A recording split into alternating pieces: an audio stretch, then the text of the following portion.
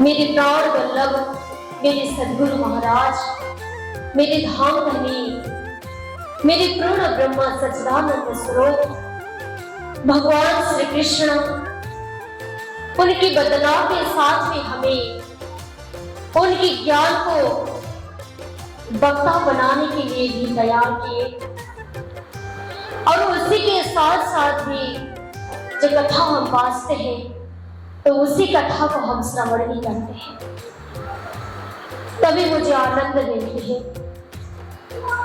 जब तक हम वाचते रहे तब तक खुद ही ना श्रवण करें तो हमारे जीवन तो कैसे मंगल होंगे। इसलिए मैं ये भी कोशिश करूं कि जीवन तक, मेरी प्राण तक मेरे धनी ने दी हुई वचन को बोल सकूं, इस वाणी को बांटने की हिम्मत की जाए। परमात्मा मुझे इसी वरदान प्रदान करते रहिए, मैं उनके चरण में यही प्रार्थना करती हूँ। कल हमारे प्रसंग थे कि 9 साल के बाद में जब सद्गुरु महाराज से मिलने के लिए प्राणनाथ जी महाराज पहुंच गए थे। जब प्राणनाथ जी महाराज सद्गुरु के चरण पर आए तब सद्गुरु इतने प्रसन्न थे कि ये बात किसको सुनाया जाए, ये तो केवल परमात्मा जानते थे, तो एक सद्गुरु महाराज ही जानते थे। तो 22 दिन तक अपने सानिध्यता में रखे तो उनको जागने की कार्यभार की जिम्मेदारी पूरी तरह सिखाए। जब जागने के 22 दिन के बाद उन्होंने घर की देखभाल करने के लिए, कुछ खबर पूछने के लिए उन्होंने घर भेजा गया। सद्गुरु महाराज को पता था कि आज से मैं संसार में रहने वाला हूं, तो अगर मेरी इंद्रावती वासना मेरे सामने रही तो उसको मैं संसार से छोड़ के ये शरीर को जा रहा हूं तो उनको ये सारी बात सहन नहीं हो पाएगी। बोले सद्गुरु महाराज की। तो ऐसी मन में भाव प्रकट थे। तब सद्गुरु महाराज ने ये सारी जानते हुए ही भेज दी गई है कि तुम घर की खबर ही पूछ के आना, मिराज जल्दी लौटना। तब मिराज को घर पर भेजा गया। तब घर में सारी खबरें पूछ रहे थे, आनंद मंगल की कुशल की बात चल रही थी। तब मिराज के पास में खबर पहुंची, अरे सद्गुरु महाराज तो धाम चले गए। तो ये खबर सुनते ही उन्हें इतनी विलाप हुई कि क्या जाने, संसार में ऐसी अलौकिक अपने परिवार को खोना पड़ा। जो थंबा थे, थंबा ही ना हुए तो हम रहने के लिए क्या योग्य होंगे। पूरी तरह मिराज ठाकुर जो प्राणनाथ जी थे उनको विरह हुई, बहुत विलाप पड़े। विरह में रहे सद्गुरु महाराज अब हमें छोड़ के कहां गए। अनंत चतुर्दशी के दिन ही आप हमें खो के गए। तो सद्गुरु महाराज अनंत चतुर्दशी के दिन धाम चले गए कि उनके अंदर अनंत ज्ञान था, अनंत भंडार था उनके अंदर। तो जिनके पास ऐसे अनंत भंडार के ज्ञान आज तक किसी के पास से नहीं था। ऐसी महान स्वरूप की धाम गमन की तिथि अनंत चतुर्दशी है। तो ऐसी खबर मिराज को पड़ी, हुई करती फिरो और करो हाय हाय, पियो जी बिछोहा क्यों सबो, केवरा टूक टूक होई न जाए। हे धाम धनी, हे सद्गुरु, अब मुझे इस परदेश इतनी विरह सहन करनी पड़ी कि कौन जान सकते। तो कहे सदगुरु आप हमें भी चरण में ले जाइए, संसार में हमें अकेले रहना नहीं है, संसार में रहकर हमें जीना नहीं है। अगर आप ही ना हो तो आपकी ज्ञान ही ना हो हमारे पास, आप ही नहीं हो तो हमें जीने के क्या बात होंगे। तो इस प्रकार प्राणनाथ जी महाराज खूब विरह में पड़े। धाम तो चले गए सदगुरु महाराज, तो वहीं पर विरह की बाड़ी गूंजी। आओ जी बाला मारे गिरा, आओ जी बाला मारे गिरा, एक लड़ती परदेस माँ मुनि मुखी नेका चलिया। मुझे अकेले इस परदेश में छोड़ के धाम धरी, आप मुझे छोड़ के चले गए, अब मैं संसार में अकेले पड़ जाऊं।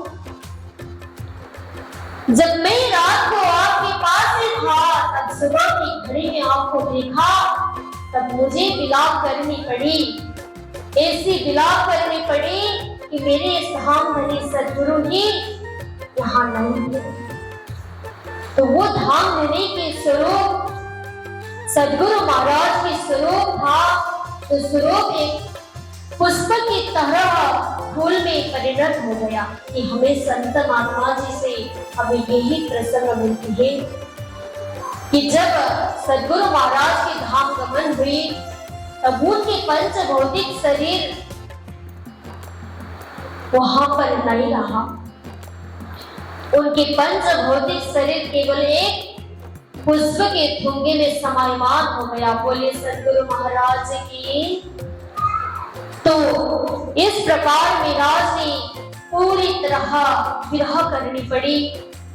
तो पूर्णिमा की तिथि पर संपूर्ण सुंदर शाह जी जितने भी सदगुरु महाराज के शिष्य थे, तो वो शिष्य इकट्ठा होकर जय जयकार के साथ में सदगुरु महाराज के स्मरण की दिन मनाए।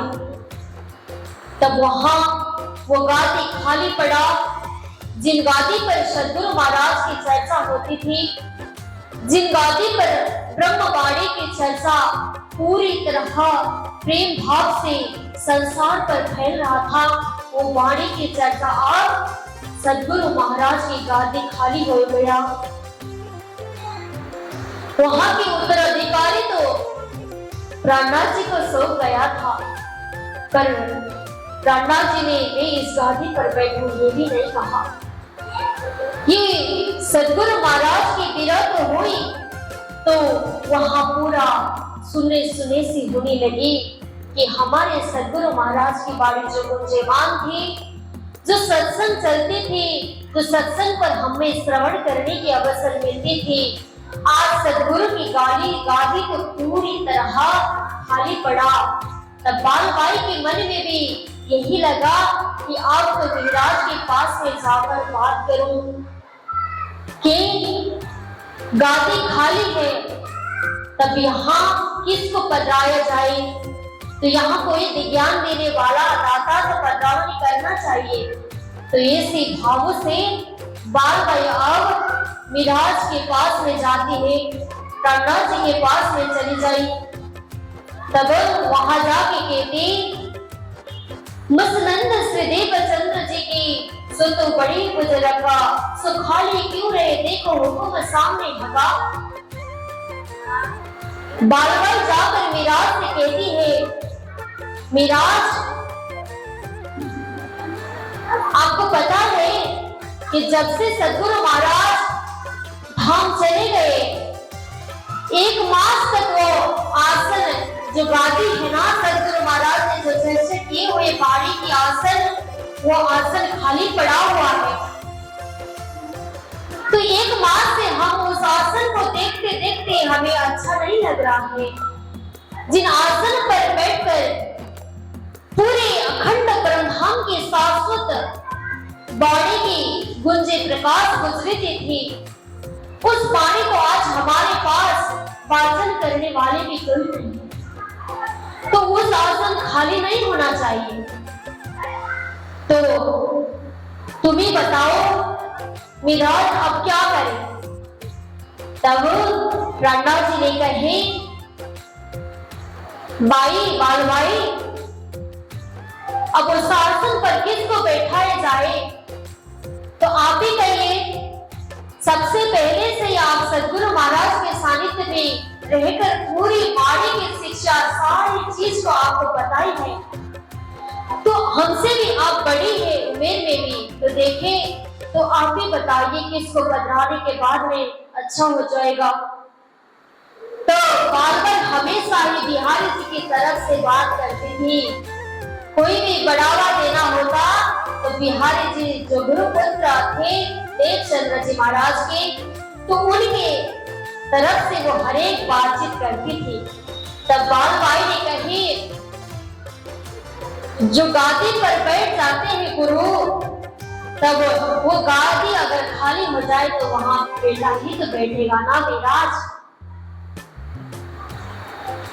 अगर बाप उपस्थित नहीं हो पाए तो बेटा को सबसे पहला दायित्व सौंपा जाता है।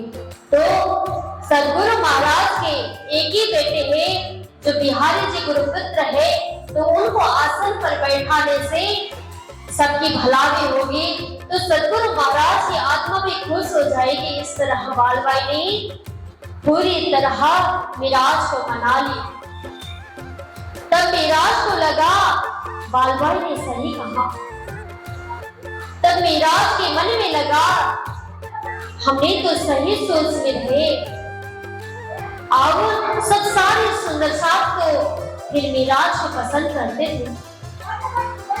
तब मिराज ने प्रहलाद जी महाराज ने सब सुंदर साथ को विचार किए कि अगर उनको फिर मैं सबसे पहला प्रणाम करने लगाऊं तो बिहारी जी के पसंद ना करने सुंदर शाह भी फिर बुरी बात करने लगेंगे, तो मैं ही सबसे पहला बिहारी जी के चरण पर जाऊं तो सबसे पहला बिहारी जी के चरण पे प्रणाम करो, तो सब सुंदर साथ एकत्रित होकर उनको भी मानने लग जाएंगे।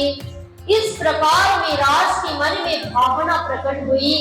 तब बालबाई को कहे, तो ठीक है बालबाई, हम गुरुपुत्र बिहारी जी को ही सदगुरु की गाड़ी पर बिठा लेंगे। बोले सदगुरु महाराज की, प्राणनाथ प्यारे की। पहले श्री बिहारी जी को मैं बैठाऊं तब साथ भी आवी तब कहते बालबाई से कि बालबाई आप निश्चिंत हो जाइए कि मैं सबसे पहला बिहारी जी को प्रणाम करके सबसे पहला उनको मैं गादी पर बैठाऊंगा, तब सब सारे सुंदर साथ इकट्ठा होकर उनके प्रणाम करेंगे। तो पूरी तरह हमारे सुंदर साथ भी बिहारी जी की चर्चा सुनने लग जाएंगे, नहीं तो उनके दिल पर खटपट होने लग जाएगा। इस सारी बात मिराज ने बालबाई से कही। तब सबसे पहला बिहारी जी को ही उस आसन पर बैठाया गया है। बोले सदगुरु महाराज की।